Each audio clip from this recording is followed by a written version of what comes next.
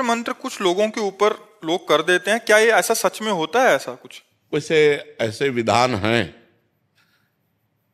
जो तांत्रिक हैं, जो मंत्रों के ज्ञाता हैं, इसमें मारण है, वशीकरण है, उच्चाटन है, ये इसके विधान हैं। लेकिन ये उन्हीं के ऊपर काम करते हैं जो भगवान का भजन नहीं करते। जो भगवान का भजन करते हैं उनके ऊपर काम नहीं करते। अगर आप राधा राधा जपते हो, कृष्ण कृष्ण जपते हो, तो भगवान तुम्हारी रक्षा करेंगे। कोई भी तंत्र मंत्र तुम्हारे ऊपर काम नहीं करेगा। एक तांत्रिक था, तो वो शालिग्राम भगवान को चुटकियों से नचाता था ऐसे, और भक्त का नाटक करता था। तो भक्त लोग बड़े, जो देखने वाले, यार भगवान इसके बस में है, जैसा चाहता वैसा नचाता है। तो एक भजनानंदी संत थे, उनके पास कई लोग भजन करते, तो उन्होंने आकर बताया कि वो ऐसा बोले, भक्त कभी ऐसा कर ही नहीं सकता। भक्त भगवान को प्रदर्शन थोड़ी करेगा, वो तो आराधना की वस्तु है। तो फिर उन्होंने कहा, महाराज ये तो बड़ा गलत हो रहा है, समाज भ्रमित हो रहा है। बोले आपको चलना चाहिए। वो गए और खड़े हो गए, पर दिखा भाई, वो चुटकी बजावे कुछ नहीं। जब 100 का स्वभाव शेर हो जाता है ना, तो फिर कुछ नहीं चलता। और उनके पास भजन था और ये मंत्र का तांत्रिक था। तो इसने जब देखा कि यही बाबा जी आए और इसी कारण हुआ, तो उनसे कहा चले जाओ। तो उनका ये नाटक बंद कर, भोले भाले लोगों को तू ऐसे तंत्र के द्वारा लुभायमान करता है और पैसे इकट्ठा करता है। अब सारे समाज में उसकी बेइज्जती हुई, तो उसने शाम के अनुष्ठान किया मारण का। मारण का प्रयोग किया। वो खप्पर में आग की तरह जलती हुई उन महात्मा की तरफ बढ़ी, लेकिन उनकी डेहरी की परिक्रमा करके बस खड़ी रही। कृत्या भी कहते हैं शास्त्रीय भाषा में, कृत्या, मारण, ऐसे नामों से उच्चारण किया जाता है। तो उन महात्मा ने कहा, मैं कोई दोषी हूं क्या? सब में भगवान वास करते, तू भी भगवत स्वरूप है। उसी के द्वारा प्रकट की हुई कृत्या, उसी को जाकर पटक दिया उल्टी खून की। और जब उन शिष्यों ने कहा, महाराज मर जाएगा, आप कृपा करके चलो, बस राम राम राम राम राम, खत्म कृत्या।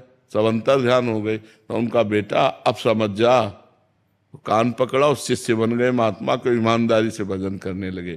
तो तंत्र होता है, मंत्रों में ऐसी ताकत है कि मारण, वशीकरण, उच्चाटन ये सब हो सकता है, लेकिन ये उन्हीं के ऊपर होता है जो भगवान का नाम जप नहीं करते। अगर नाम जप कर रहे हो तो तुम्हारे ऊपर मारण, वशीकरण, उच्चाटन ये सब कुछ नहीं होगा।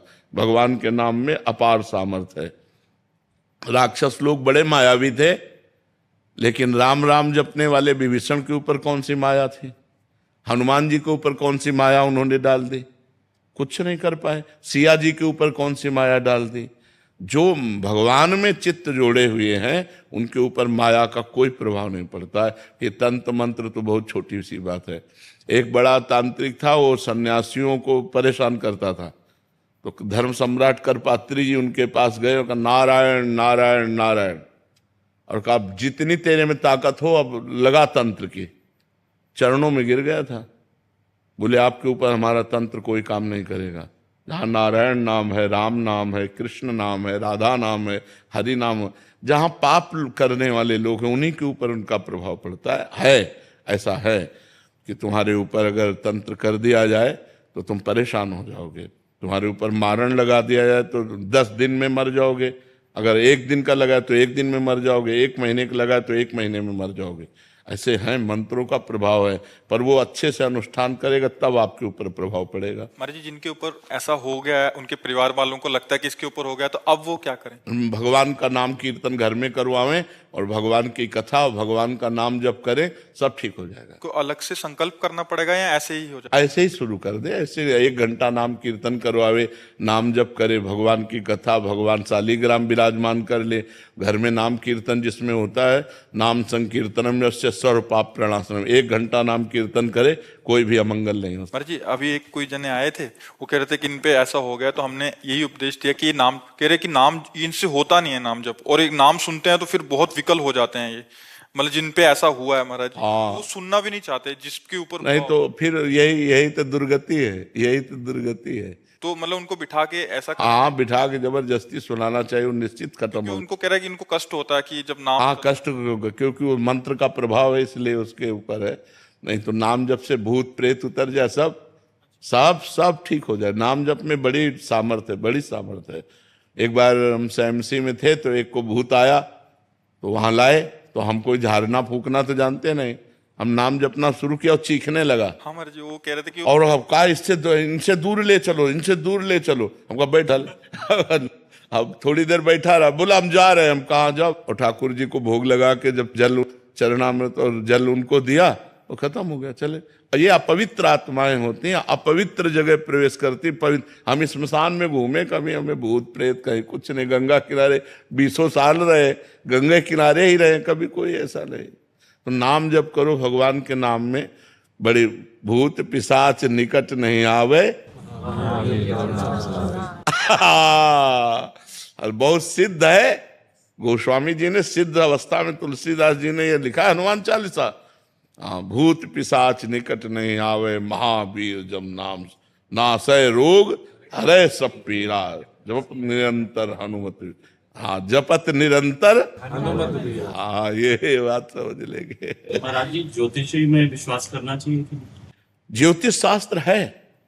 परीक्षित जी जन्म लिए थे तो जन्म से लेकर मृत्यु तक का निकाल दिया था उन्होंने, कि इनको तक्षक सर्प काटेगा, पूरा मृत्यु तक निकाल दिया था। पर ज्योतिष शास्त्र का ज्ञान हो तो ज्योतिष शास्त्र सत्य है, क्योंकि ज्योतिष शास्त्र है, कोई उसमें ऐसा नहीं। पर ज्योतिष शास्त्र का सत्य ज्ञान होना चाहिए। मतलब किसी को गलत उपदेश दे करके और उसको भयावह परिस्थिति में करके अर्थ लेने की वासना ना हो। और ज्योतिष शास्त्र का ज्ञान हो तो सही सटीक जन्म से मरण तक का हिसाब बता देगा। जन्म से मरण तक? हाँ, जन्म तक जिससे मरण तक का हिसाब बता देगा। ज्योतिष शास्त्र सत्य है, इसमें कोई संशय नहीं है। पर ये सिद्ध होना चाहिए, मतलब उसको उसका परिपक्व ज्ञान होना चाहिए। ज्योतिष शास्त्र ऐसे ऐसे विचार करने वाले, जैसे तुम्हारी भैंस खो गई, अब वो आपका विचार किए तो आपको बता देंगे कि आपके गांव में दक्षिण कोने में 3 घर के बाद वो बंधी हुई है, तो चले जाओ, उठा खोल लो। ऐसा है ज्योतिष ज्ञान। सब मतलब ऐसा नहीं, भगवान ने सब शास्त्रों की रचना की, पर उसका सम्यक ज्ञान होना चाहिए। सम्यक ज्ञान होने से ही उसको जैसे हम किसी शास्त्र के अनुमानता, तुम्हारी जी सिद्धि, जैसे किसी के मन की बात पढ़ लेना, या हाँ, ये भी सिद्धियां हैं, ये भी सिद्धियां। ये स्वतः अंदर आ जाता। हाँ, अगर हम वो मंत्र सिद्ध किए हुए हैं तो आप जो ये, अच्छा आपका ये नाम है, आप अमुक जगह से आ रहे हैं, आप ये सोच कर आ रहे हैं, तो आपके होश उड़ जाएंगे। पर इन सब सिद्धियों को प्राप्त करने वाला भगवान को नहीं प्राप्त कर सकता। इसलिए कभी भगवान को प्राप्त करने वाले में आप कोई सिद्धि नहीं देखेंगे। ये सब शांत एकदम साधारण पुरुष, वो सब रिद्धि सिद्धि पेरे बहुआई, बुद्धि लोभ दिखावे भाई, होए बुद्धि जो परम सयानी, तिंतन चितई न अनहित जानी। वो अनहित कर देंगे, वो भगवत प्राप्ति नहीं होने देंगी। इसीलिए जो सिद्ध संत होते हैं वो भगवान के प्रेम में डूबते हैं, इन सिद्धियों के चक्कर में नहीं पड़ते हैं। ये सिद्धियां तो बहुत छोटे से थोड़े वजन में आ जाती हैं कि आप क्या सोच रहे हैं, आपका क्या नाम है, आप कहाँ से आए हैं, ये बहुत छोटी मोटी बातें हैं, ये कोई बड़ी बात नहीं है। इन सब बातों को तो बहुत क्रॉस करके तब आगे बढ़ा जाता है परमार्थ में। अगर इसको स्वीकार कर ले तो फिर भगवान के दर्शन और भगवान का प्रेम नहीं मिलता। तो ये जीवन भगवान के दर्शन के लिए कि तुम्हारे मन की बात जानने के लिए? अपने मन की बात जान करके तो जिंदगी बर्बाद हो रही है, औरों के मन की बात जान करके इतना बोझा कौन लोग ढोए। महाराज जी, और भी सिद्धियां होती हैं? बहुत सिद्धियां होती हैं महाराज जी। आपने बताया था कि जल पे चलना। हाँ, जल को स्तंभित करके चलना, पहाड़ में भी प्रवेश कर जाना, एक ही समय में कई जगह उपस्थित हो जाना, एक ही ये बड़ी सिद्धियां हैं। एक ही समय में कई जगह उपस्थित हो जाना, बहुत दूर की बात सुन लेना, तुम्हारे मन की बात जान लेना, कहाँ कौन सा धन गड़ा है, इन सब बातों को जान लेना। तो है तो सब मायाकृत ही, परमात्मा कृत थोड़ी है। ऐसे किया और रुपए के सिक्के चांदी के गिर रहे हैं, ढेर के ढेर, ये सबने देखे सिद्धियां। ऐसे कर दिया और पूछा तुमसे कि कौन सी सुगंध चाहिए, मान लो आपने कहा केवड़ा, ऐसे कर दिया पूरा वातावरण केवड़ा का, बिना छिड़के। तुरंत दूसरे ने कहा हमको मोगरा, तो मोगरा। ऐसी सिद्धियां बहुत से हमने देखे संतों की सिद्धियां, पर उससे भगवत प्राप्ति नहीं होती।